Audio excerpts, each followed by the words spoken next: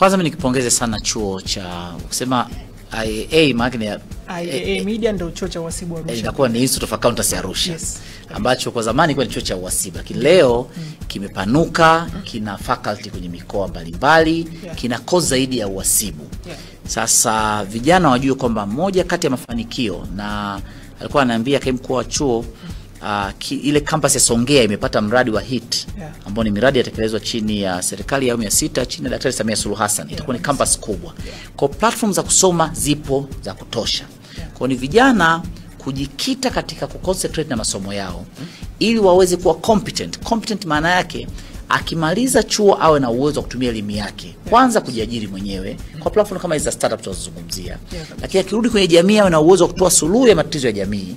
Lakini vile vile aweze kutumia utaalamu wake akipata bahati ya ajira ndani ya nchi, lakini vile vile aweze kuexport labor ili taifa letu liweze kuvuna kutokana na uwekezaji mkubwa unaofanywa kwa sekta ya elimu. Kwa mimi naamini vijana wana nafasi kubwa sana ya kuweza kulijenga taifa lao kwa kutumia nafasi wanazozipata, ikiwemo nafasi ya elimu ya juu kama ilivyo kwenye chuo hiki cha uhasibu.